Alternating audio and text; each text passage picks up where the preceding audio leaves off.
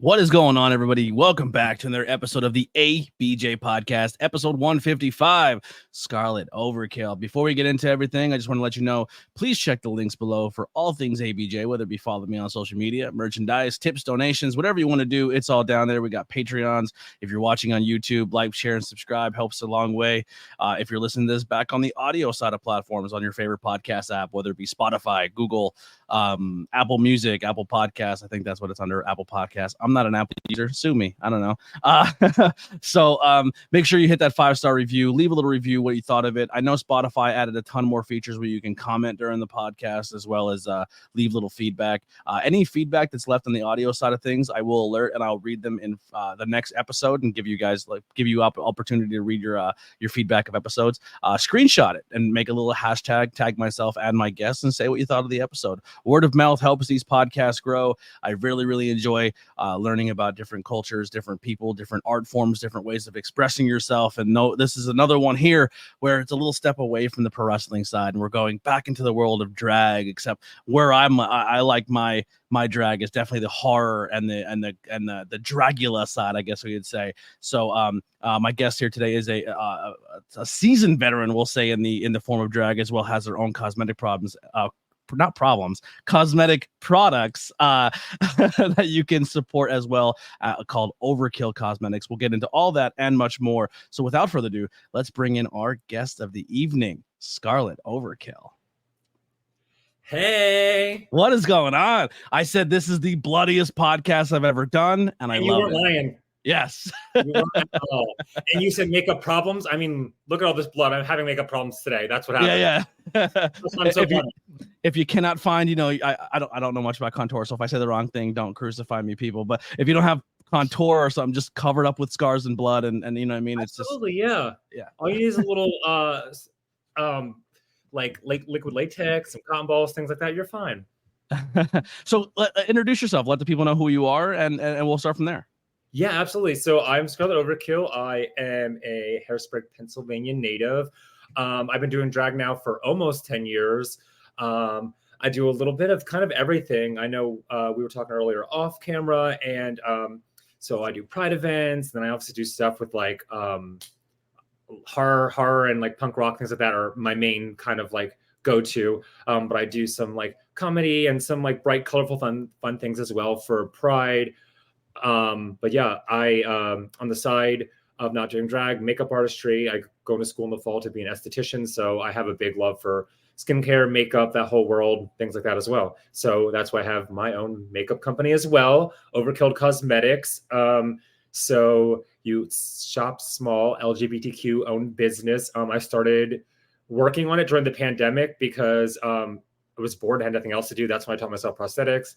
So I decided to search online, and I found a company in LA that I'm working with who helps me design, package, things like that, all my makeup.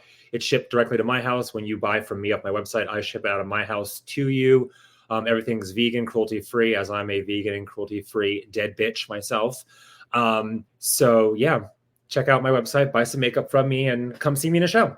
Yeah. So Lily bought some of your makeup at School County Pride. Did a little review. I think Lily got the lip liner, I believe, and they loved it.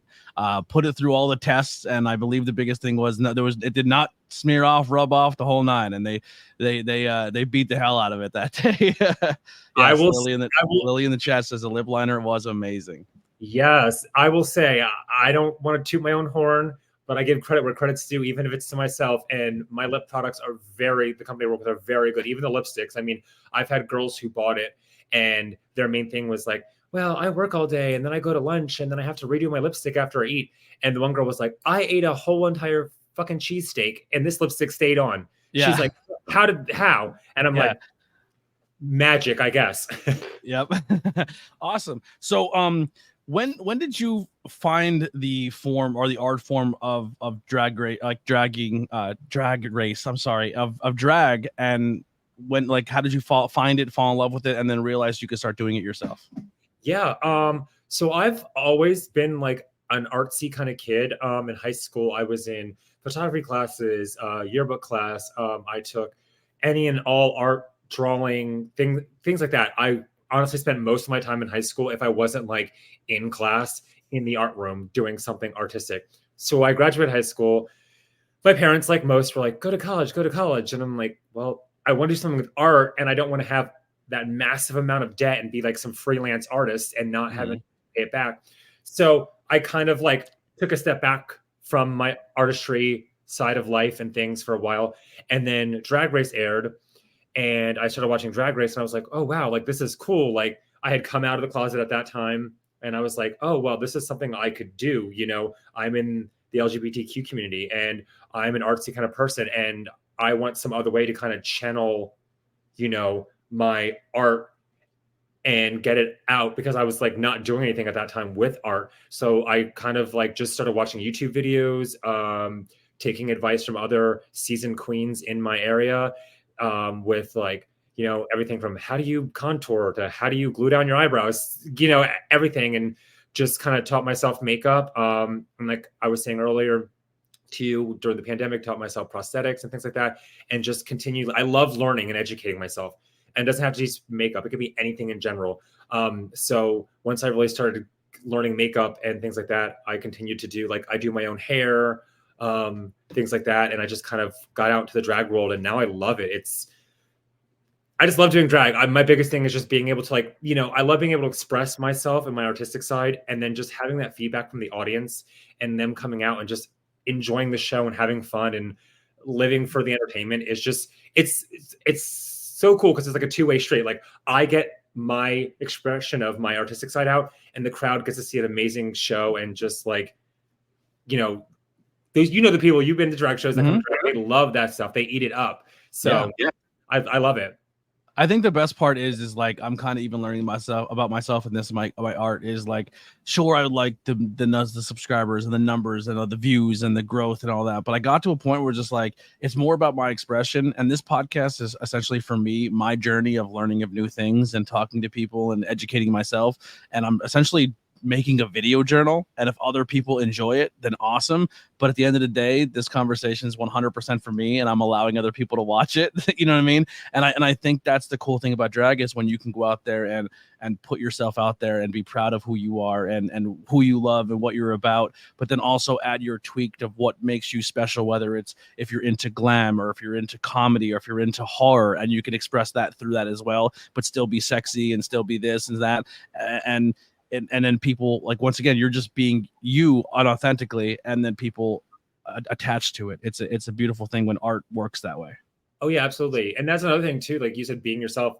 I mean, I couldn't just go grocery shopping like this. So like, but I love this stuff, like I said, style of drag. So, you know, to be able to have the platform and the venues and the opportunities I have to just go out there and show whatever skills I have with the horror realm, because again, I love doing prosthetics, special effects, things like that. Like it's just so, I don't know. I just love it. I just love it so much. I can't even like put into words like how much drag like just excites me, and I love it. And it's a very big, like, you know, like you were saying, like, I'm sure you probably heard, or if you haven't, you will, like a lot of drag queens say like how drag, like, for lack of a better word, saved their lives and things like that. And it really did. You know, I grew up in a very religious, conservative family. I don't talk to a lot of my family today because of their values and beliefs and things like that. And when I came out and then started doing drag, all that, it's like, you know, I got hate from my own family just for being who I am. And I was like, I'm going to keep doing it, you know, and through drag, I've made my own chosen family, you know, the drag community and the LGBTQ community that, you know, is in my life now, my friends, my drag family, things like that. That's my family. And it may be chosen family, but sometimes chosen family is better than blood family, because, you know, they all support me and what I do, you know, and some of my family just doesn't. So yeah, you find your tribe. Yeah. You do. So you kind of said a little bit growing up about who you are as a person. Like you said, you fell more into like the artsy side of things, like growing up, like just more like the arts, photography, stuff like that. Yeah, absolutely. And it sucked because like growing up in my, like where I went to high school and growing up in the area that I grew up in, it was very like everyone played sports, you know, people lived on farms. It was very that kind of like dynamic. So that's why I spent a lot of time in, you know, the art room at my high school, because I was like, well, nothing else outside of this art room like intrigues me or I want to do. So I did a lot of that. And again, like that's why I'm glad I have drag now, and I'm glad drag is a thing, because it's like, you know, I would have, still being in this area, I would have wasted like, you know, my talents and my creative side by not like finding drag. So that really helps me like tap into that artsy creative side of things. Yeah. Here's a quick question. So like in the wrestling scene, wrestlers will do like a death match, or they maybe they paint their face as well. And I've seen wrestlers who will like bleed during a match, and they don't clean themselves up, and then they'll go to the the gas station on the way home with like a 2-hour drive, because to them it's like a badge of honor to wear the crimson mask sometimes, or they'll be at the bar drinking covered in blood. So like when you do a performance and you're full like this, have you ever like stopped at a gas station and almost forgot you were in costume, and then people are like, what? Absolutely. Are you okay? Like no, absolutely. I've literally done that before. I've literally done shows where, you know, I'm done performing, and usually I'll take like the hair and the outfit off, and you'll see me walking into like, it'll be like midnight or something. I'll be walking into sheets and like t-shirt and like jeans or something, but I look like this on the face, and the looks and the stares, you know, it's a little bit of everything. Because also at midnight when you're in sheets, most people are probably drunk. So some just kind of look at you like, what the fuck am I looking at? And others are like so drunk, like, yes, you look so good. yeah. Is this October? Is it October? Yeah. That is great. So when did you start pursuing the industry, and how did you get started? So I started drag in it has been 10 years, 2014. The first time I performed was at Stonewall. It's now called Vogue in Allentown. They were doing like an amateur, it was called Star Search. And it was like an amateur competition kind of thing. You came in, you performed, you it was based off of like crowd like engagement, things like that. But it was my first time. I showed up in my Forever 21 outfit that I bought, and my makeup that looked like I just got hit by a bus. Not like this though, just bad makeup.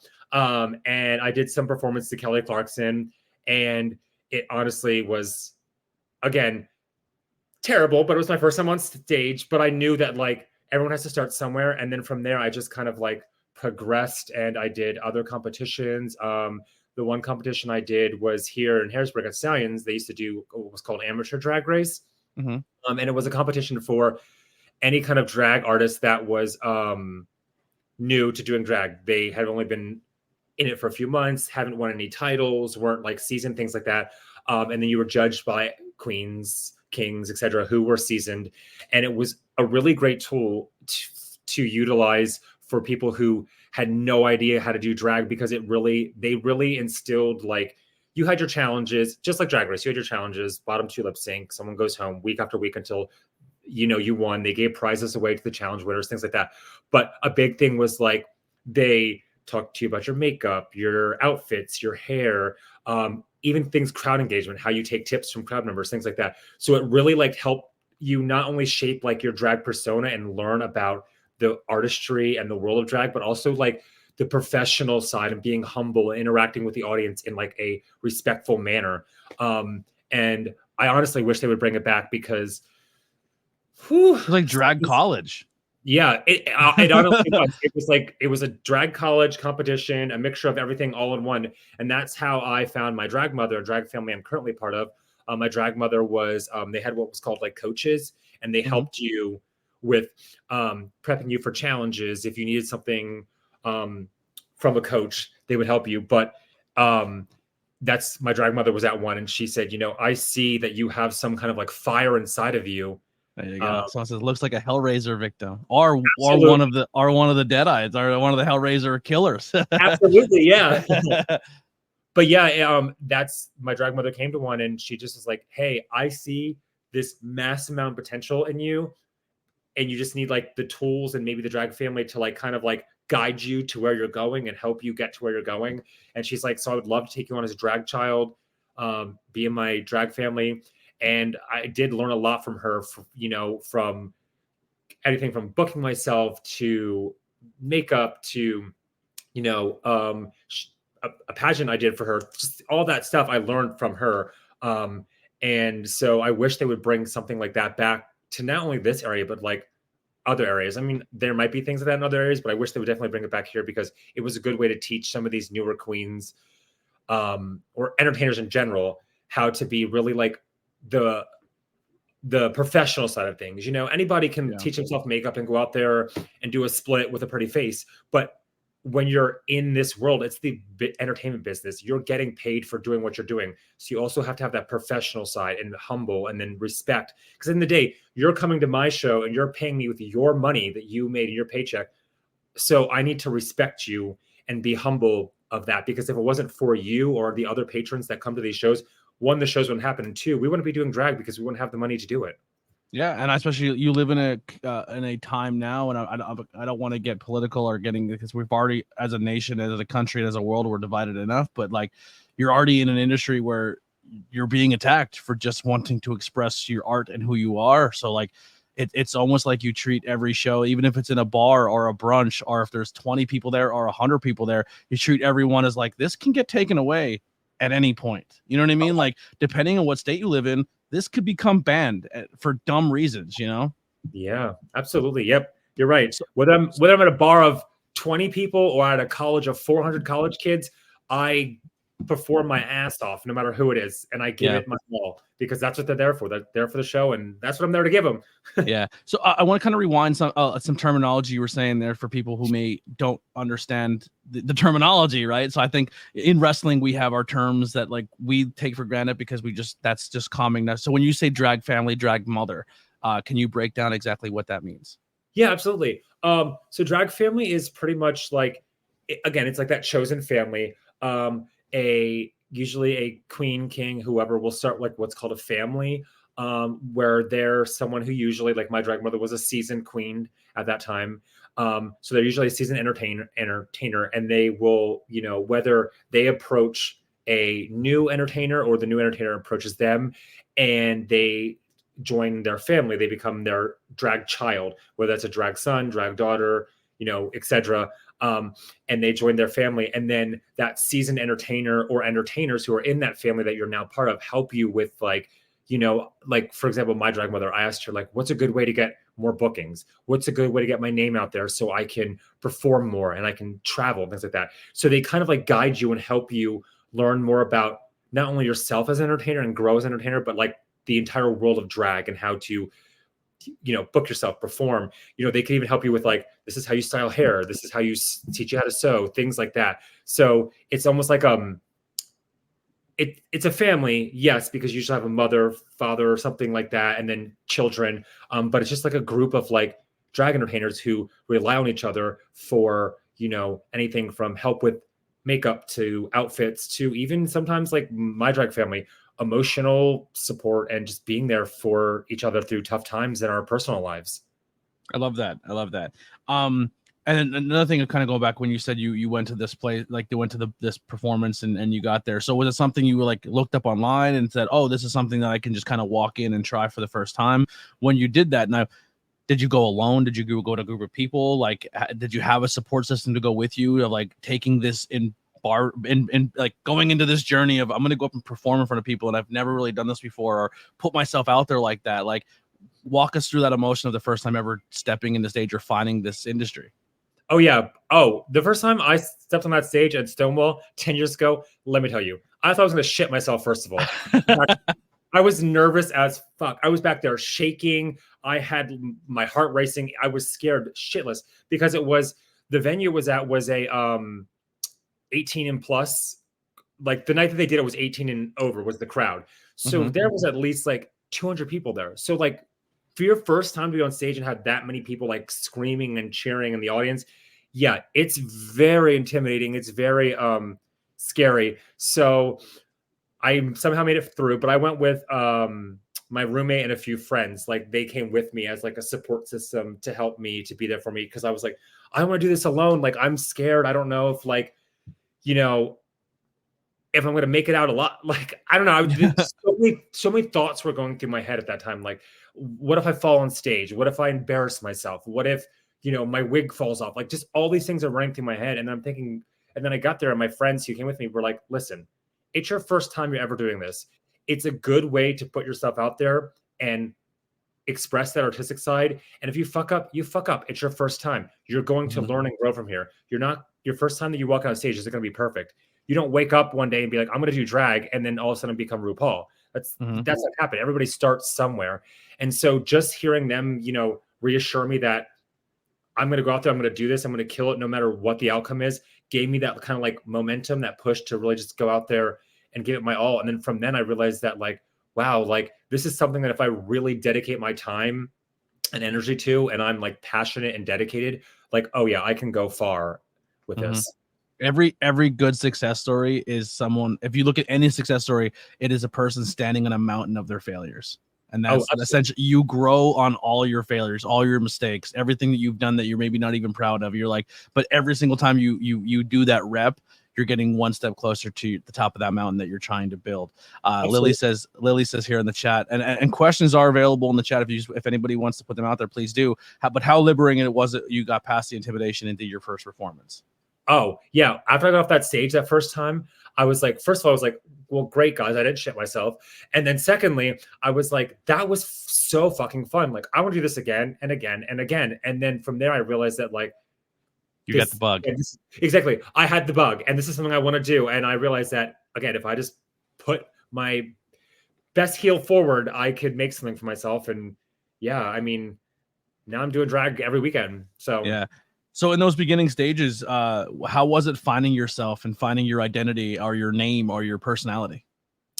It was hard because as someone who, as you could tell, and I've, said many times, someone who's into more of that horror punk rock kind of scene of drag, when I started, there wasn't representation like that in my area. A lot of the entertainers and the queens were pretty and pageanty and things like that. And again, nothing against that.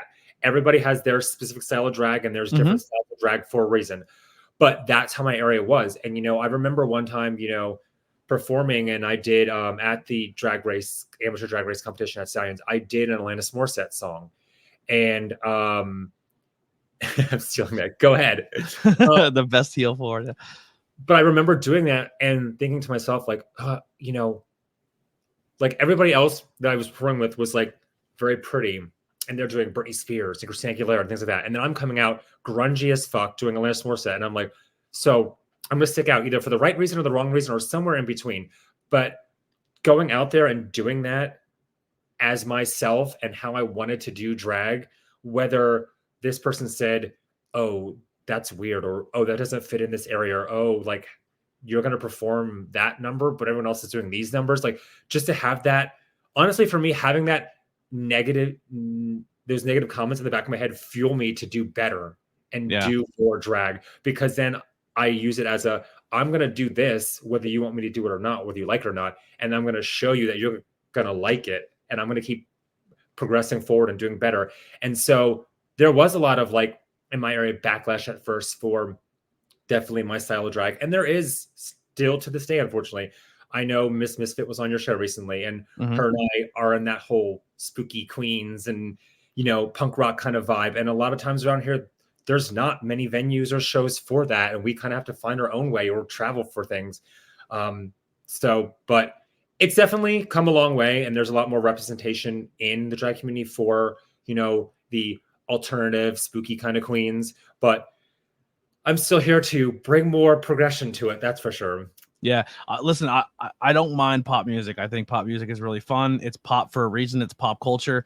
But if I hear the pop songs, it's like, all right, I'm with it. I get it. That's the vibe here. But then someone like you comes out and like it's Rob Zombie. I'm like, fuck yeah, metal. You know what I mean? Like, let's go. Like it amps me up because it's like I feel more like this. I identified this more. You know what I mean? It's fun to see the stuff I'm into as well. And speaking of Miss Misfit, super bummed. I'm booked the same day their next brunch, Say Gay Brunch, and it's an emo night. And I'm an emo kid at heart, so I definitely I'm bummed I'm going to be missing that. I know, same. I was just talking to her yesterday, and I said, "How dare you do an emo night and not book me? How dare!" But I love what they're starting because people are really, really, really latching on to what they're doing. What they are doing, and it's I think it's special. And I like going to the show last time and I helped film it.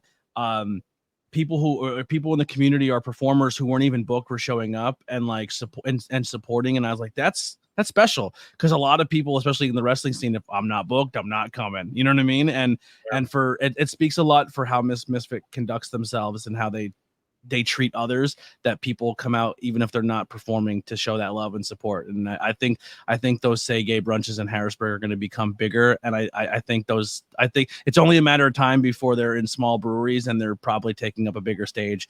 HMAC, get ready. I'm just saying, you have big venues. I think Say Gay brunches are going to be a big deal. Absolutely. And it's just like you were saying, being able to find those venues and those spaces and those crowds to really kind of like help queens like myself and Miss Misfit really like, be ourselves and give the alternative and the spooky and stuff like that kind of drag. It's once we get in the door, like it's because there's such a crowd for it, Obviously you were saying you've been to the shows before. I've gone to shows that I've not done where I've seen them do punk rock, horror things, whatever. And then obviously that's kind of my big thing, my big niche. I always try to like include something punk rock or horror into all my performances. And it really it really helps you like get noticed because you stand out from the rest of the, when you're doing a show and the rest of the entertainers might be doing, for example, the pop music, and you come out doing punk rock music. It really helps you stand out and like find your people at the same time, because there's people that come up to me, I did a show on Saturday and I did Avril Lavigne from way back, like Skater Boy, girl, things like that. And like the people come up to me and be like, oh my God, that was so cool. Like, and they're like, their jackets with their like patches and their like, spikes and studs on, being like, oh my God, you gave us like punk rock realness. Like there's people out there like that, but like they don't come to a lot of drag shows sometimes because a lot of the shows sometimes are more of that pop kind of thing. Yeah. And then when you throw in the punk rock and alternative queens into it, it brings out like our crowd. And I like that because then you have both the crowds mending together and you're all coming together for the same thing, drag. Yep.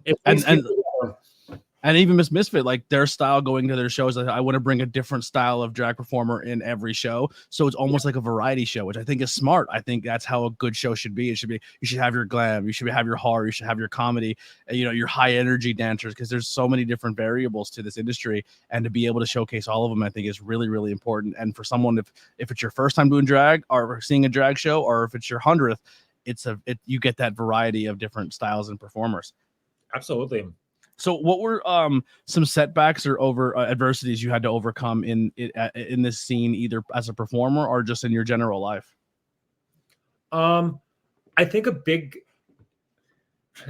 biggest thing would probably been just like, again, I know I keep stressing it, but like just really being myself. I mean, there was many times where, I did shows and afterwards, you're the only like alternative kind of queen on the cast, and you see all the pretty girls that you're on cast with getting all this attention and things like that, and sometimes it beats you up inside. You think like, oh well, should I start doing pretty drag? Should I change and like fit into their box because they're getting more of the attention after the show, or should I keep doing what I'm doing and try to make my own way? And that battle happens in your head, and I think that's the biggest thing that sometimes is like is kind of like kept me from doing certain things with my drag, because I'd be like, oh, I want to do this. I have this idea in my head. I want to create this. And I think to myself, well, wait a minute. If I do that at this show, this is the other entertainers in the cast. They're going to do something completely different. And then what if like the entire like crowd is like, ooh, well, we want to see, the pretty girls and the things they do. And then I come out and do my thing. And then I don't get the same reception. And, so that's definitely a big, like, that or has been a big struggle with my drag, is just being able to like really be myself and really put out like what I want to do, because sometimes people don't get it, or you have, like I was telling you off camera, like, sure, Drag Race is great. It gave drag entertainers the platform to be on TV around the world and to, make drag kind of like the forefront of entertainment, so to speak. But at the same time, it sucks because it's like, most of those entertainers on Drag Race are pretty girls who do a bunch of splits. So then crowd members who don't know anything about drag and all they know is from Drag Race, they come to these shows thinking like, oh, well, that's all I want to see. Everybody has to look like that. And everybody has to do that. And then they see something different. They're like, well, wait a minute. Is that drag? Like, and yes, it is. So while that is like something that was a struggle, I'm using it now almost as a motivation to go out and show people who come to those shows who are expecting to see what happens on Drag Race, then to see something like this, then it makes them second guess, like, oh, wait a minute, there's different styles of drag. Like there's different types of entertainers. And I know you talked about it when I was watching, for example, the Miss Misfit episode. Like, it's just like wrestling. There's different styles of wrestlers. They all do different things, and they all have some kind of stage presence or stage name or shtick that they do on stage. And drag's the same way. Yeah. Yeah, I definitely love that aspect. If you can change one aspect of the industry, like how you were saying before the drag race, and I do totally agree with what you're saying. And I have grown appreciation for RuPaul Drag Race, because I'm watching from the beginning through. But I was like, oh, I watch Dragula, I'm hooked. There's no chance I'll even like that other show. But I am enjoying it because I'm understanding the history and the growth of drag as an industry. But the American Idol is a great example. It's like people think every singer has to sound like an American Idol style pop star, when music is more than just pop. You know what I mean? Like, and I think David Grohl said it best, our Lord and Savior David Grohl, that, Nirvana was a band of a bunch of really shitty musicians who got in a garage and beat and banged on instruments and strings and they sucked really bad. And they just worked and worked and worked until they found who they were. Like Ozzy Osbourne would never win a singing competition, but his voice is iconic. You know what I mean? And that's where that the path of more resistance is more beneficial later on, because you have more of that self-gratification because you took a different route. Absolutely. Yeah. And that's definitely what I'm fighting now, because I'm having people, like, for example, I had a audience member on my show on Saturday night come up to me being like, I've been following you on social media for years. I love your drag, the style of drag, the things you do. I'm so excited that I finally got to meet you, because I love you for the fact that, like, you're doing this style of drag and this kind of drag that's different from everybody else when I go to these shows. So, like, that right there is like big motivation for me to be like, okay, well, there's other people out there like me and they want to see this at these shows. So I need to keep doing this, because, at the end of the day, even if one person, listen, you're always going to have your haters. No matter what you do, you're never going to please everybody. There's always going to be at least one person that hates you. But at the same time, there's also going to be at least one person in the audience that loves the fuck out of you and everything that you do from start to finish. And for me, it's about that person. As long as there's one person in the audience who is like in it, like, yes, that's the best thing I've ever seen, and just loving my performance, I'm going to keep doing what I'm doing. Yeah. So kind of go back to that question. What is something about your industry that you would change? And it doesn't have to be internally. It could be the way it's externally seen as well. I would probably say something big thing to change about the industry, like externally, would be the drama and the cattiness, for sure. I think there's sometimes a lot of that goes on, whether that's I don't know, queens, kings, whatever. Entertainers may have their beef, their drama, or whatever, but, like, I just don't like this. And again, I hate referencing Drag Race all the time, but it's true. Like, people don't realize that that's a reality show. Like, those queens aren't going on there with the intention that, oh, I'm going to be a bitch to this other queen. Like, that's not their intention. That's not what they're doing. They're there to show off their artistry and win that prize. You know what I mean? But since it's reality TV, a lot of times they're like, for lack of better words, paying them against each other to create drama because they got to win that Emmy, you know what I mean? And sometimes it kind of, like, that whole aspect and just the drag community, like, has that drama. And I just wish there wasn't, because, like, we're all here doing the same thing. We're all here trying to express ourselves artistically, trying to create things and trying to share our love of drag with a community who also loves drag, whether that be our internal community, external community, whatever. So I don't understand why there has to be so much, like, drama and fighting and sometimes even hate with each other. Like, you don't have to love and kiss the ass of the next entertainer in the room with you, but you have to respect them for the hustle. Yeah, that's honestly, I was just having a conversation, and that was one of the first things too. To, like, the biggest thing at the end of the day is, and I'll give full credit. Trixie Valentine said, at the end of the day, we all get caught up in it. Even when we hate it, we all somehow get caught up into it. But the biggest thing is like, the world outside of us don't for the most part like our art and like who we are, and we're not accepted, and we're part of a community that is under attack. But the respect aspect of each other, that we're all going through this war together, that has to be more to the forefront. And I thought that was really special and beautiful, and I hope that changes as well, because wrestling's the same way, right? So like, it's wrestling and drag are not things you can go to work at the water cooler and be like, I went to a wrestling show this week, and you're like, grow up, kid. You know what I mean? Like, you still watch wrestling, like, or you go to a drag show and you're like, I went to a drag show, and they're like, that's like, for me at least, it's a straight white dude talking to them, be like, you go to a drag show, bro? Is that what you're into? And I was like, it's a beautiful art form. I love it. I think it's fun. Like, I'm not going there for any gratification. It's art. You know what I mean? But when it's already a thing that your people who support you have to find a way to show their expression and love, and sometimes they have to hide the fact that they support your industry. But when you're internally battling each other, that doesn't help the growth either, you know? Oh, nope, it does not at all. And that's a big, like, you know, that internal thing. It sucks because, like, we have to support each other. We have to be there for each other, because there's so much hate from outside of our community going against us. So many people trying to, you know, stop drag shows, ban drag in general. Like, there's so much of that going on. It's like, if we're also fighting internally, how are we going to band together to stop the external fight? Yeah, absolutely. I will say this though. I think if you even had a room full of drag queens or drag performers, drag kings, drag monsters, all in a room, and even if I put everyone in a room who hate each other, and then outside was a bunch of people with signs hating on the show itself, I bet you they'd bond.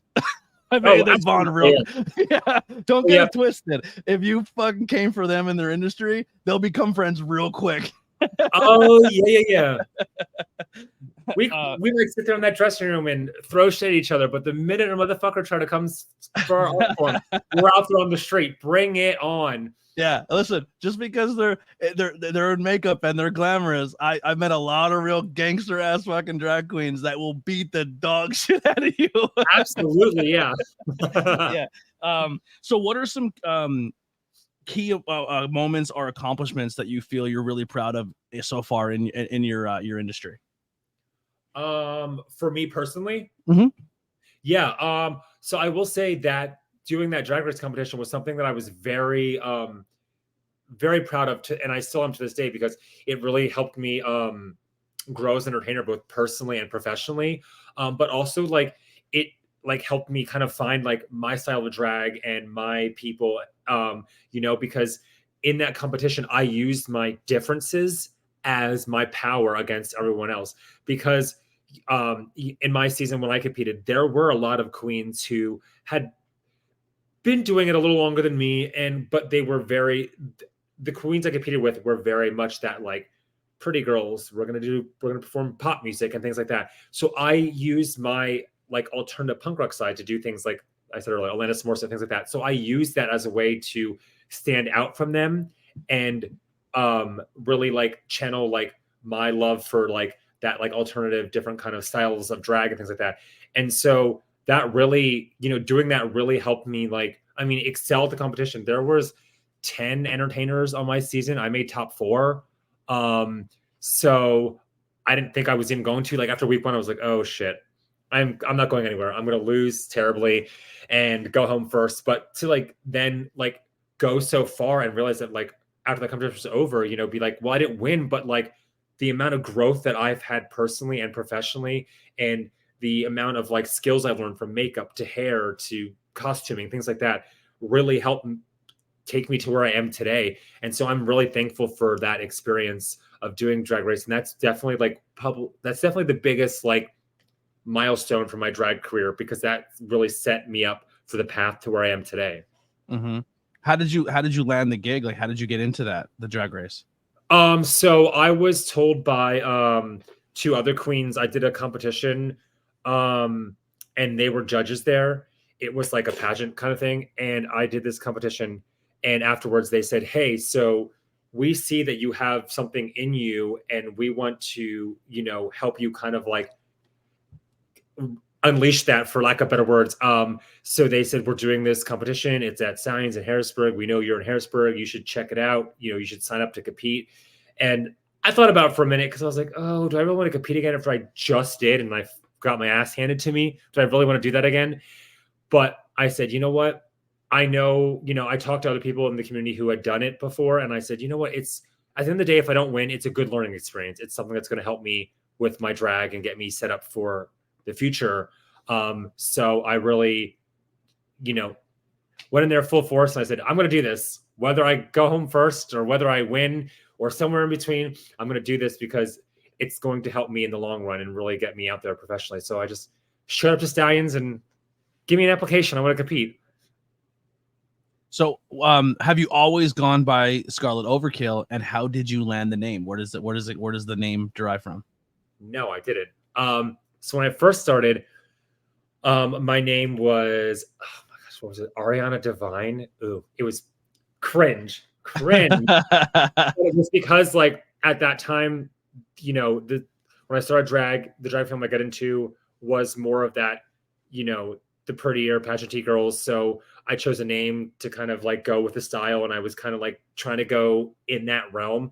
And then when I started to do more of the alternative and comedy and now like horror stuff, I was like, well, that name doesn't really fit with like the style of drag I want to do and things like that. So I changed my name. So I chose Skarlet and I said, okay, that's the first name.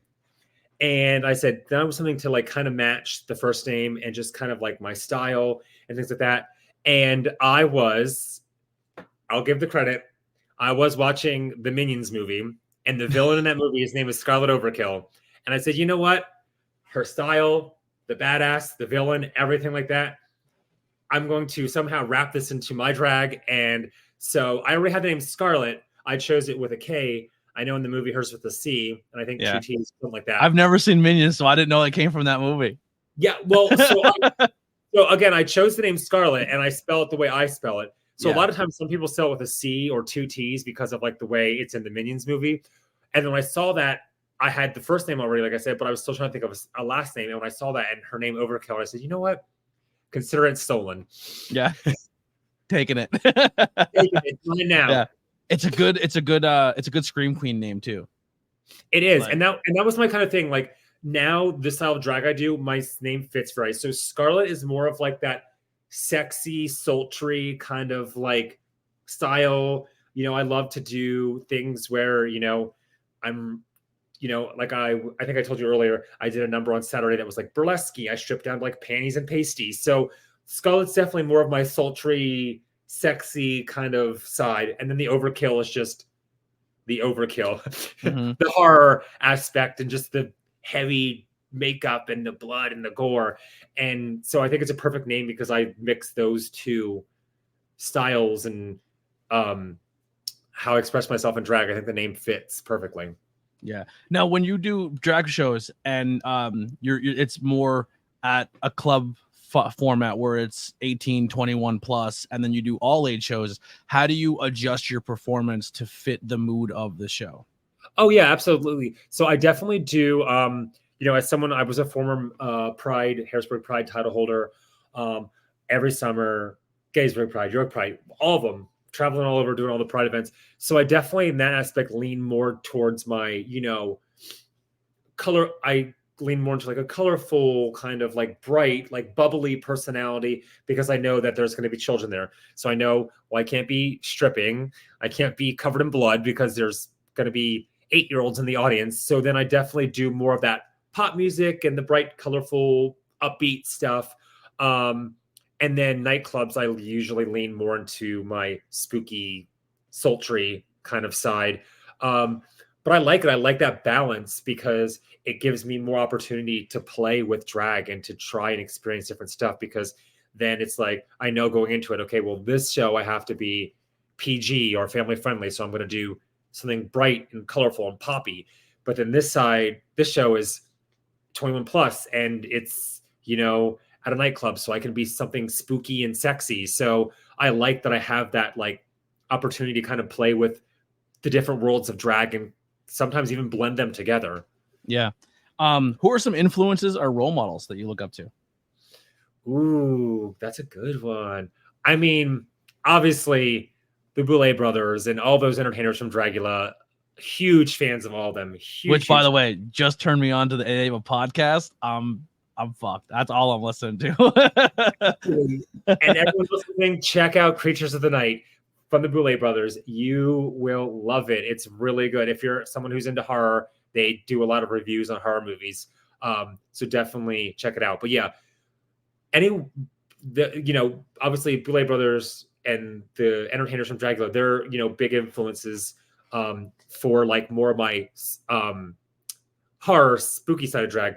Now, when it comes to like my like sultry, sexy kind of side of my drag, my big influencer is definitely Elvira. I love me some Elvira. I have an Elvira back here in my pop collection. Yes, I have an Elvira. I have a Dr. Frankenfurter, and I have him the devil, all like in that three row there. I love it. My next tattoo is probably going to be an Elvira tattoo, honestly. I already have the him tattoo. I just got to figure out where I'm putting Elvira probably next. Yes. I love it. Yeah, but no, she's definitely, just the big boobs, big hair, the cleavage is out, just that like, but then there's still the spooky horror aspect into it as well. But and I'm sexy, but don't sexualize me. Exactly. It's very much empowered in her own sexuality. Elvira was so ahead of their time. So ahead of their time. So ahead. That like, just like you were saying, being like sexy, but like don't sexualize me because I'm using like my looks and like the fact that I'm like giving you this like sultry side as like an empowering kind of thing, not as a sexual thing, which it just makes me love her even more. So I definitely draw a lot of like of that from her. But then like when it comes to like the pop colorful side, I mean, Lady Gaga, things like that. I love, but then I also do a lot of punk rock's kind of like my big thing to go to. Cause I feel like no matter if I'm doing Pride or I'm doing a nightclub, I can alter the punk rock some way. Like, for example, I can do, for Pride, I can perform Pink, but I can just do like the radio edit version. So there's no cursing or whatever. And just, everyone loves Pink, she's a huge artist across, many different generations and people. So I can definitely do things. I personally think she's the pop goat, but nobody gives her enough credit. Absolutely. Yeah, I agree. So definitely like things like, Pink and Avril Lavigne, even like Demi Lovato, like her rock stuff, like a lot of that punk rock and rock stuff by female artists is stuff that I really like. I draw inspiration from them because again, whether I'm doing Pride, I have to be bright and colorful, or I'm in a nightclub and I can be more grungy and punk rock. Either way, I can do Pink, Avril Lavigne, Demi Lovato, and they're big crowd pleasers to no matter what your audience is. So it's a way to really like bring it full circle. So I definitely draw a lot of inspiration from like those punk rock and like alternative and grungy kind of like artists as well. Who are some people on the scene, the local scene, or even like the professional scene that you really look up to, or you think they're very, very talented that more people should know about? Oh my gosh. In our area, if I'm talking about here in Harrisburg or Central PA, I mean, I could go on and on. People who, I kind of like started when I started drag that I kind of fell in love with, first there's Aurora Sterling. That's my drag mother, the Sterling Fontaine family that I'm part of. Any of those queens, they've been doing it for years and years. So talented, so seasoned, very entertaining. I love me some Miss Misfit. I love Jay DeVere's a big one. She is, she's definitely a big comedy queen. So definitely love her. But I mean, I could go on and on. Like a lot of the artists in this area, I'm very close with, friends with, etc., things like that. And I really like value and respect their opinions, their artistry, and their support. Yeah. There was a question I had there that's not on the list that I lost it as we were talking. I'll come back to it. So outside of drag, what are some goals you have set for yourself personally in your industry that you have not hit yet that you're trying to get to? I definitely want to travel more. Right now I do mostly all my drag here in Pennsylvania, whether, I'm doing it here in Central PA, Harrisburg area where I live, or whether I'm traveling to other cities and stuff throughout the state. But I definitely want to travel more and share my artistry with the world. Whether that be this, the USA or the world in general. Like I definitely want to travel more and, get out there and reach even more of an audience and share my artistry with more people out there. So it's definitely something that I want to do down the line. Don't want to jinx myself, but I definitely want to, explore maybe being a Dragula contestant in the future. So that's definitely on my list.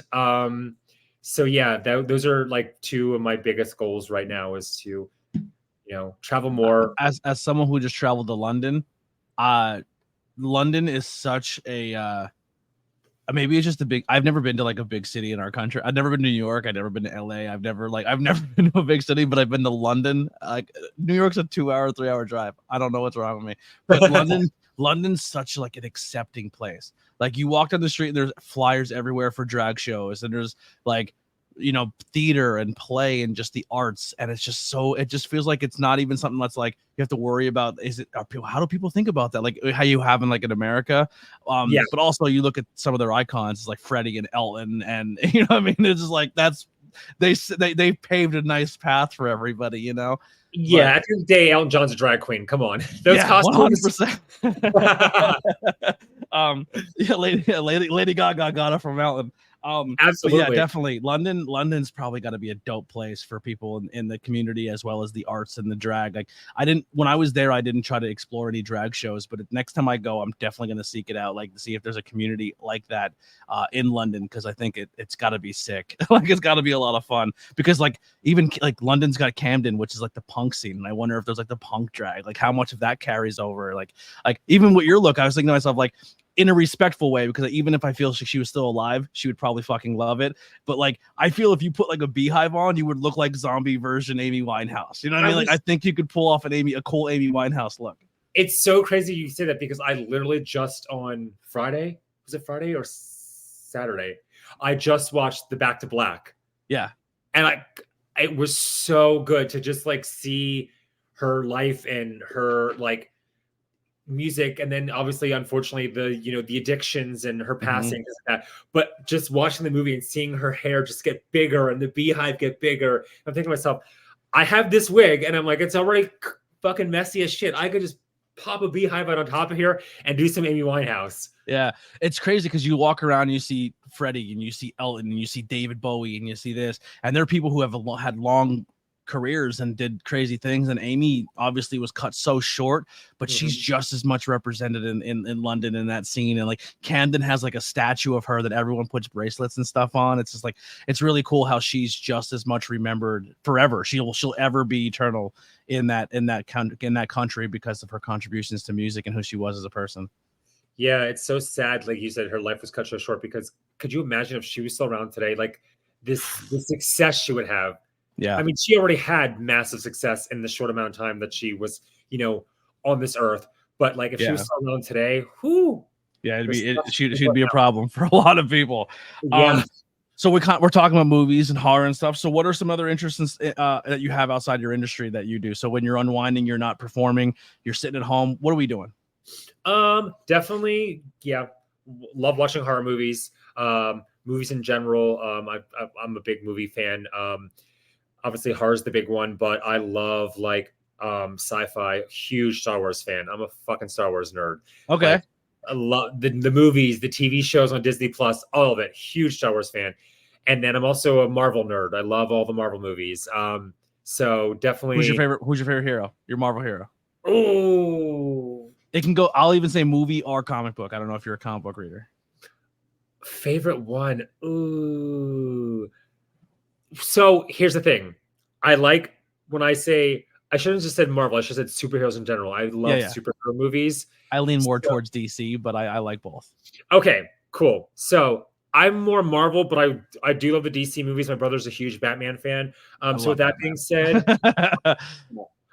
I love me some Wonder Woman. Okay, like, yeah. Actually, Lily said here, I don't know what you're doing. Is it next Friday? Yes, next Friday, the 26th in Philly. They're doing the Empire Strip. The Empire Strips Back. It's like a burlesque strip show, but it's all Star Wars themed in Philly. We're going to it. Yeah, that's badass. Yeah, it's gonna be awesome. Yeah, but definitely enjoy, like, in my downtime, I definitely enjoy like watching movies. Again, everything I just listed. I love to read. I just read a really good book. Being a horror person, that my boyfriend gave me on vacation, and it was called Tender is the Flesh, and it was this like futuristic like era where all animals on Earth were no longer like alive because they were poisoned, and so humans couldn't consume them. So now we're mass producing humans for other humans to eat. Oh, yeah. It was a really good book. I was on vacation high on the beach reading this book about cannibalism. Yeah, it's a really good vegan book. It really flips the script on people. That'd be a good movie. Yeah, absolutely. So definitely that reminds me of Daywalkers. You ever see the movie Daywalkers, where the vampires kind of got to the point where they consume so many humans, so they start like farming humans and keeping them like in capsules so they can keep surviving. Like essentially, the vampires have taken over the world. Yep. Yeah, that was a good movie. So if you were to go to a show, or if someone's watching who wanted to get into this industry, what would be some advice you would have for someone new on how to get in or how to navigate the world of drag? Absolutely. I would definitely say first, show up to drag shows. If you know that you want to get out there, you want to get your name out there, just come to a drag show, whether you're in drag or not. In drag would probably be better, but it doesn't matter. Just show up to a show. Come as an audience member, watch the show. After you're done, approach the queens that performed and let them know that, you're interested in doing drag. You want to start doing drag. You don't know where to start, things of that nature, and just talk to them. There's a lot of, in this area, just most drag scenes in the cities and states across the country that do amateur night, that do competitions for new entertainers.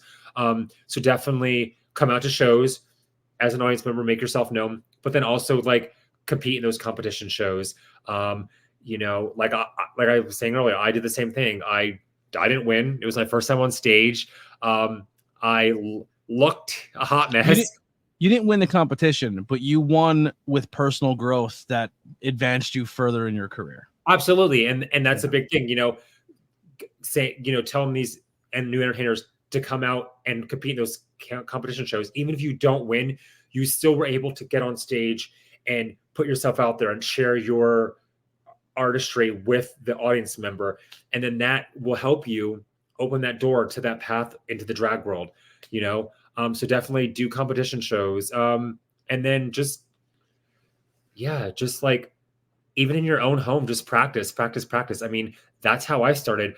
I sat in my bedroom multiple times watching any and every YouTube video I could find on how to do everything drag makeup wise, from drag queens who, were popular on YouTube or had been, on TV or, anything to that nature. I just watched their videos and taught myself and learned how to do makeup and, hair and things like that. So definitely like educate yourself and just like practice.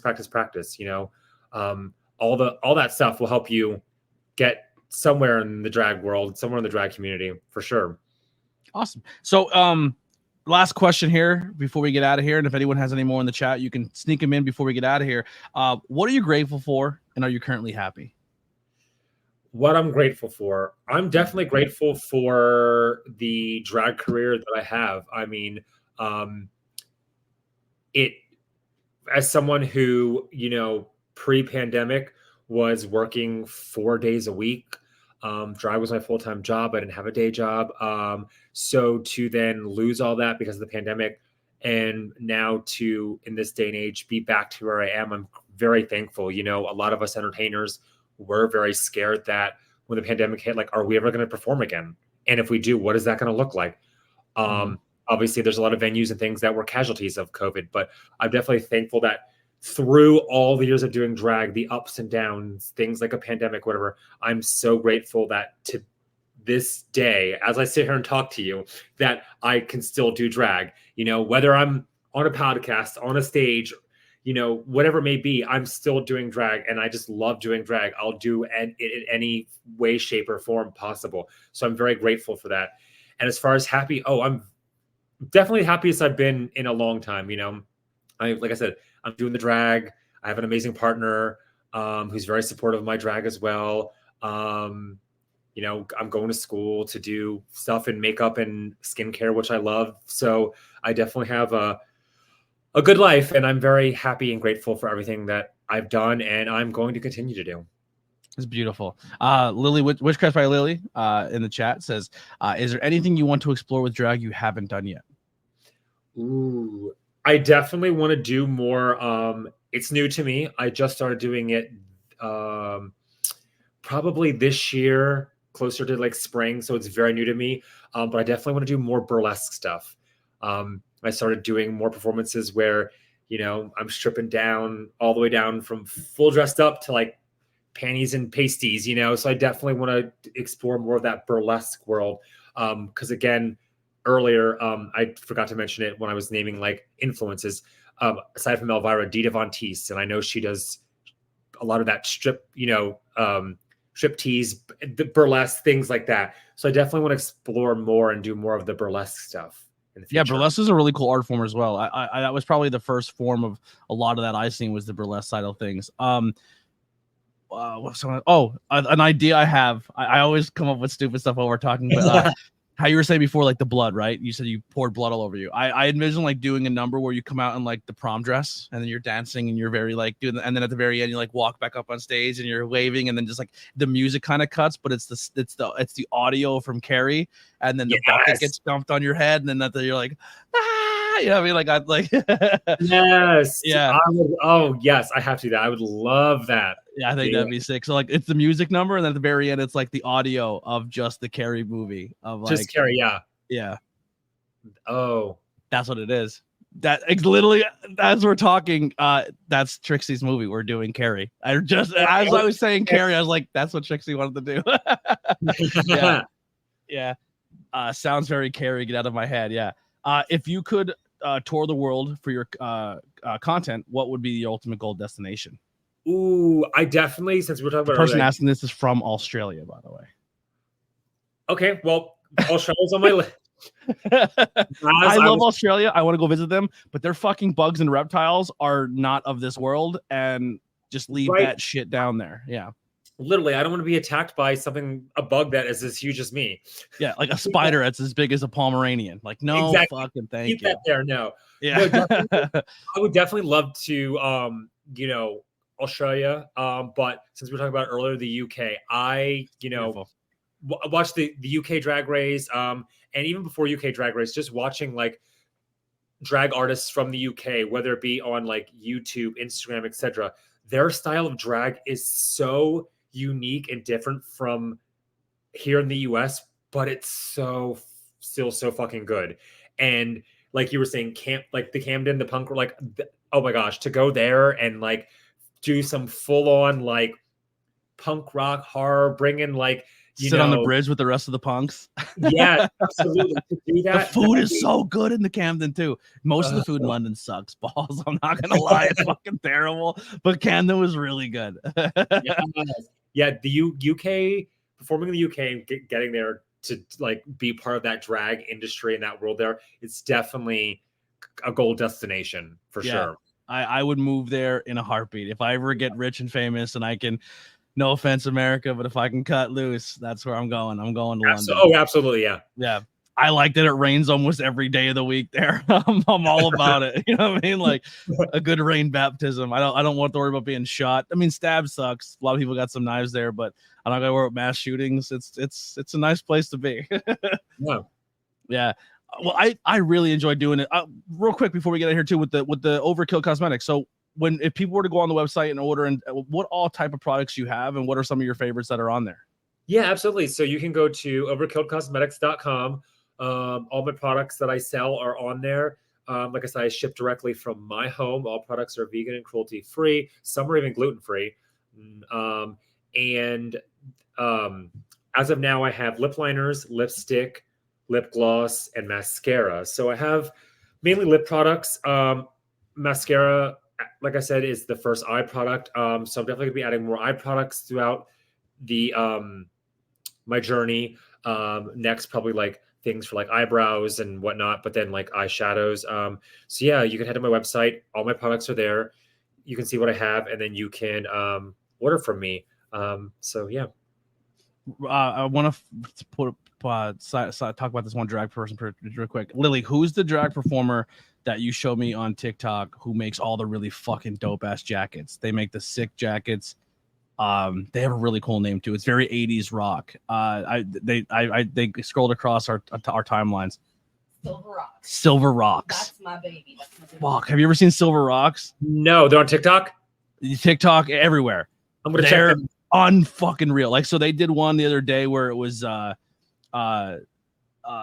did like Bob's Burgers and Linda, and they did both things, and then they made like this fucking leather jacket, but Beetlejuiced it all out, and like they literally cut the back of the jacket out, then made their own LED board and programmed the lights to fucking flash a certain way, and programmed everything and soldered it, and then put the fucking Beetlejuice sign on the but everything they make they raffle off online, but then they also give the blueprint away for free. So if people want to make that for themselves, like they're really cool. Check them out.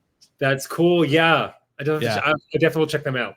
Yeah, Silver Rocks is a cool follow. But Skarlet, thank you so much for coming on the podcast. I had such a good time. You've taught me so much more about the industry. How you were saying before, like how you said you're passionate about the London drag scene, and like the wrestling's the same way. Like people in California wrestle different than people in the Northeast, in Canada and London and Australia. And to hear that like that form of entertainment for drag is the same way, where it's like, now I want to seek out drag of London. And then, you know what I mean? Like it's Absolutely. Such a beautiful art form, and people need to stop judging it for what they're seeing on TV, and just go to a show yourself and experience it and realize that it is a beautiful form of art, and it's so much fun. And listen, as a straight dude, you can go. It's a blast. I promise. You're very Absolutely. Well accepted just as much.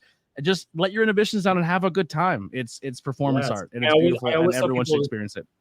Absolutely. I always tell people, don't knock it till you try it. And I've had over the years many, and I still do, many people who come to drag shows and be like, this is my first time ever coming here.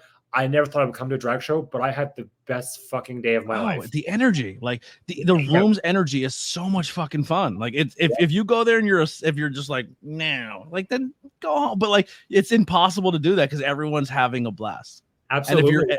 And seek it out if you're in, the Northeast PA, or if you're in the Harrisburg scene. Like there's so much going on in the Wilkes-Barre, the Harrisburg, not so much in School County. Hopefully we change that soon. But every time they try to do a drag show in School County, it gets shut down because people cry and bitch and moan, and then the business gets scared and they turn coat and run. But I think there's going to be a business. Hopefully, if I have a conversation with the owners, they're not afraid of any bullshit like that. And I think drag would work out pretty well there, but maybe we can get some shows there as well. So thank you so much, everyone. Please go and buy some Overkill cosmetics. Check them out. Lily will be buying some more of them and doing some reviews. So go support Lily's channel. Just did some makeup reviews when they did their Pride look and used some of the Skarlet's products. Love them to death. Like I said, that lip liner is going to stick all day long. And once again, thank you. And we'll definitely have you back to do a horror movie review. So we'll be in each other's DMs, finding out some ideas from Yes, absolutely. Thank you so much, everyone. Thank you. Make sure you go to social media, follow Skarlet, follow Skarlet's cosmetic page, their personal page, and also put in the comments, I'm here from the ABJ podcast. Let's show the worth here of our community here. Our cult is strong, and we need to show why our cult is taking over the world, the cult of ABJ. Check us out on Discord. Come join our community. It's a great place to hang out and do everything. I think I'm going to be adding, I'll just tell it right now, moderators, add a drag channel to the Discord, and we're going to showcase that as well, so we can put that out there. But we'll see you guys next time. Here's some music by the Converse Kid.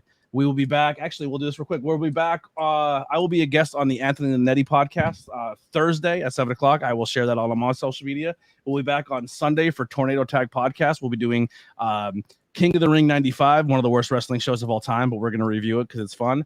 And then we'll be back on Monday with Kim Rose, and we'll be reviewing I Saw the TV Glow. So come for that movie review. And we'll be ending the month with Sammy Chaos on Monday, professional wrestler. And on Tuesday, the original and founding member of Taking Back Sunday, Eddie Reyes, will be on the podcast talking about all things. I love Taking Back Sunday. We'll be talking about music and their journey as well. So stick around the ABJ podcast. We have so much stuff. If you want to be a guest, head over to my link tree. I have an email as well as a form you can fill out to be a guest. Please hit me up. I'd love to have more people on the podcast of different arts and genres. But until then, we'll see you next time. Bye-bye. Bye.